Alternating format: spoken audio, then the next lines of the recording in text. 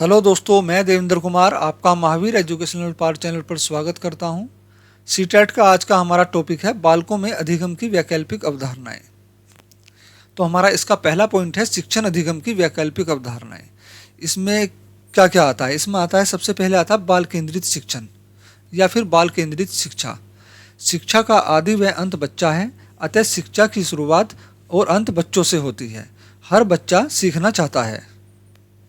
देखिए दोस्तों, बाल केंद्रित शिक्षा का अर्थ क्या होता है? बाल केंद्रित शिक्षा का अर्थ होता है पाठ्य पुस्तक जो है बच्चों के अनुरूप हो, बच्चों की ग्रहण शक्ति उनकी क्षमता के अनुसार होनी चाहिए। ठीक है, शिक्षण विधि भी बच्चे के अनुसार होनी चाहिए। तो ये सब चीज़ें जो बच्चों के अनुसार हों, बच्चों की क्षमता के अनुसार हों, बच्चों की ग्रहण शक्ति के अनुसार हो, वही जो है बाल केंद्रित शिक्षा कहलाती है।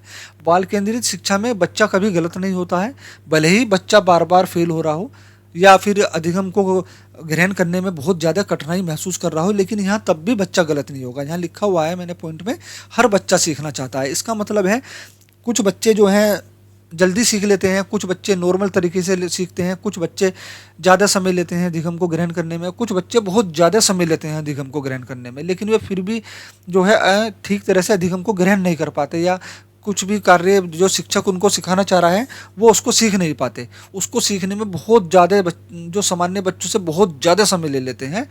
इन बच्चों का जो IQ लेवल बहुत ज़्यादा कम होता है। लेकिन इसका मतलब ये नहीं है कि वो बच्चा जो है सीखना नहीं चाह रहा, वो बच्चा भी सीखना चाह रहा है और सीखने की कोशिश भी कर रहा है। ठीक है दोस्तों, यहाँ बच्चा गलत नहीं है। बच्चा बेशक अधिगम को ग्रहण करने में बहुत समय ले रहा है, ठीक है, लेकिन फिर भी बच्चा गलत नहीं है, क्योंकि हर बच्चा सीखना चाहता है और शिक्षा बाल केंद्रित है। देखिए, बाल केंद्रित शिक्षण में जो है पाठ्य पुस्तक,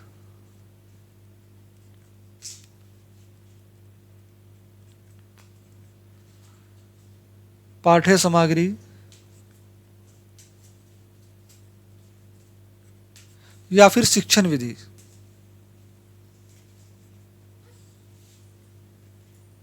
ये सब बच्चे के क्षमता के अनुसार होनी चाहिए, बच्चे के अनुसार होनी चाहिए, तभी बच्चा सीख पाता है। ठीक है, शिक्षक को क्या नहीं करना चाहिए? एक कक्षा में सभी बच्चे पास हैं लेकिन एक बच्चा फेल हो गया तो बच्चा गलत नहीं होगा। ध्यान रखना, सभी बच्चे कक्षा में पास हैं लेकिन एक बच्चा फेल हो गया तो बच्चा गलत नहीं है। यहाँ गलत होगा शिक्षक, विद्यालय, व्यवस्था। बच्चा कभी भी गलत नहीं हो सकता क्योंकि शिक्षा बाल केंद्रित होती है, इसलिए बच्चा कभी गलत नहीं होगा, ध्यान रखना। और एक बच्चा फेल हो रहा है लेकिन सभी बच्चे कक्षा में पास हो रहे हैं तो गलत कौन है? गलत है शिक्षक, व्यवस्था, स्कूल, अभिभावक, लेकिन बच्चा गलत नहीं है। ऐसा क्यों? क्योंकि ऐसा इसलिए हो सकता है कि शिक्षक ने जो है सभी बच्चों को एक शिक्षण विधि से पढ़ाया हो, जबकि एक शिक्षण विधि सब पे लागू नहीं होती। प्रतिभाशाली बच्चे के लिए अलग शिक्षण विधि होती है, सामान्य बच्चे के लिए अलग शिक्षण विधि होती है और मंदबुद्धि बालकों के लिए अलग शिक्षण विधि होती है। ठीक है ना? तो इस बच्चे को भी जो है अलग शिक्षण विधि से पढ़ाना था और पाठ्य पुस्तक का जो स्वरूप है वो इसके अनुसार होना चाहिए था। गृह कार्य शिक्षक को इसकी क्षमता के अनुसार देना चाहिए था। ऐसा नहीं कि सभी बच्चों को, प्रतिभाशाली बच्चों को, सृजनात्मक बच्चों को और सामान्य बच्चों को, मंदबुद्धि बच्चों को, सभी को एक जैसा कार्य दे दिया, चुनौतीपूर्ण कार्य दे दिया कि ये कार्य आप सभी को करना है। लेकिन ऐसा नहीं है। प्रतिभाशाली बच्चे को चुनौतीपूर्ण कार्य देना चाहिए जिससे जो है उसकी दिलचस्पी बढ़े कार्य करने में, प्रतिभाशाली बच्चों को। लेकिन मंदबुद्धि बच्चे को आसान कार्य देना चाहिए जिससे बच्चा आसान तरीके से और जल्दी तरीके से कर ले। ठीक है, तो दोस्तों यही बाल केंद्रित शिक्षा होती है कि बाल केंद्रित शिक्षा में पाठ्य पुस्तक, शिक्षण सामग्री, पाठ्य सामग्री, जो भी ये सब है, ये सब बच्चे की क्षमता के अनुसार हो।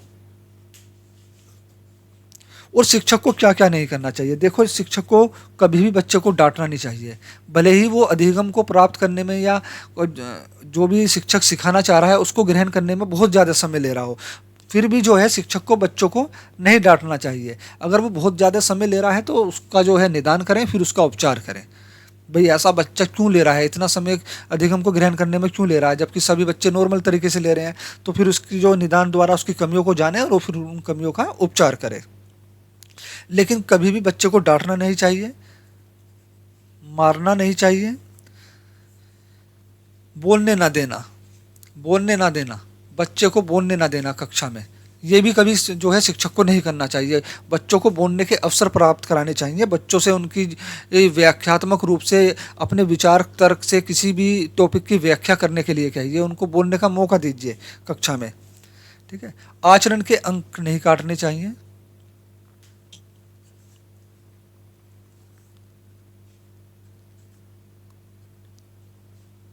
आचरण के अंक है, कोई बच्चा जो है कक्षा में काफ़ी शरारती है, काफ़ी परेशान करता है, लेकिन पढ़ने में होशियार है और आपने उसके जो है आचरण के लिए अंक काट लिए, ऐसा नहीं करना चाहिए।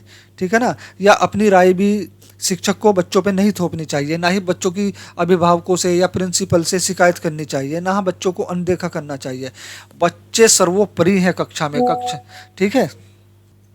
ठीक है दोस्तों, बच्चा सर्वोपरि है, बच्चा बच्चे के अनुसार ही शिक्षा है और शिक्षक को भी बच्चे के अनुसार ही ढलना पड़ेगा और उसकी शिक्षण विधियां भी बच्चों के अनुसार ही होनी चाहिए।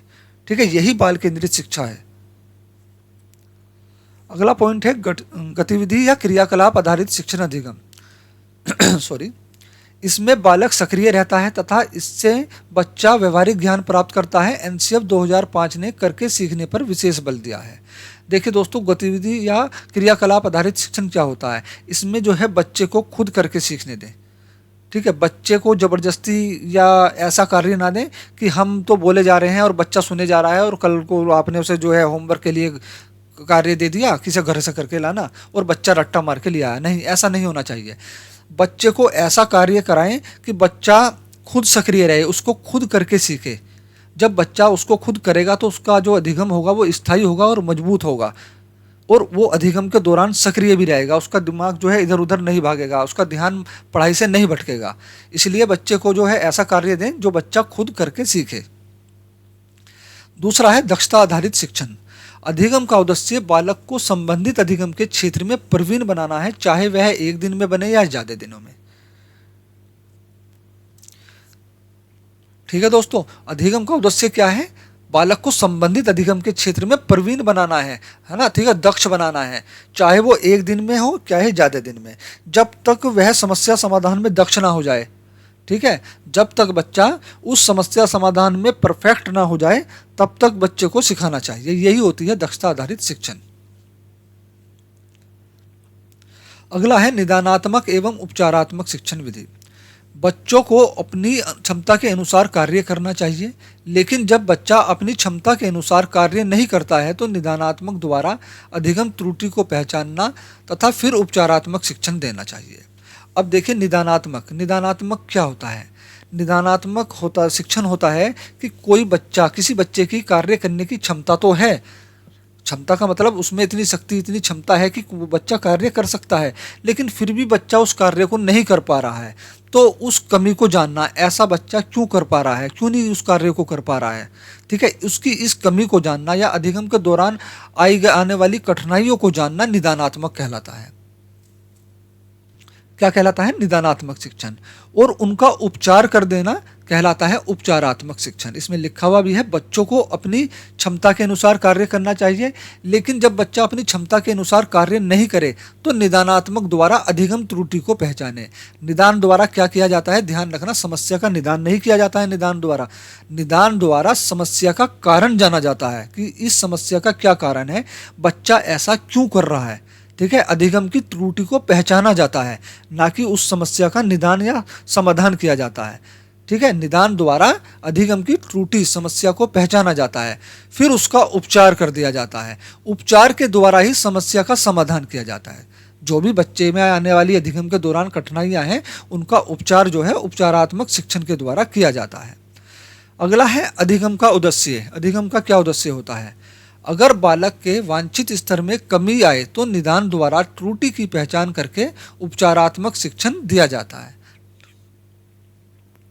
ठीक है, अधिगम का उद्देश्य है बालक के वांछित स्तर में कमी आए। वांछित स्तर मतलब अच्छा स्तर। अगर उसके अच्छे स्तर में, अच्छे व्यवहार में कमी आए तो निदान द्वारा त्रुटि, वही निदान द्वारा त्रुटि मतलब उसकी इस समस्या को पहचाने कि वांछित स्तर में उसके व्यवहार में कमी क्यों आई, जबकि यह बच्चा ऐसा नहीं था, अब ये ऐसा हरकतें या अधिगम में कमजोर होने लगा। तो क्यों कमजोर होने लगा, उसकी पहचान करना, निदान द्वारा त्रुटि की पहचान करके फिर उसको उपचारात्मक शिक्षण दिया जाता है।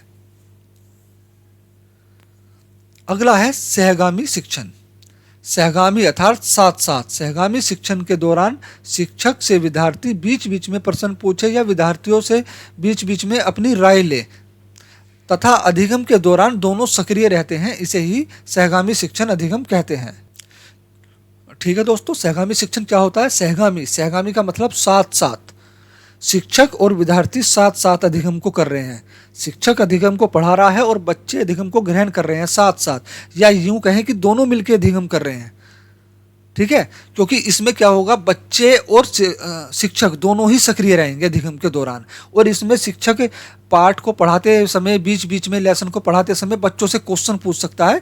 उस क्वेश्चन का वे अपने रूप से, अपने तर्क से, अपनी सोच के अनुसार उसकी व्याख्या करके अपने तरीके से उत्तर देंगे।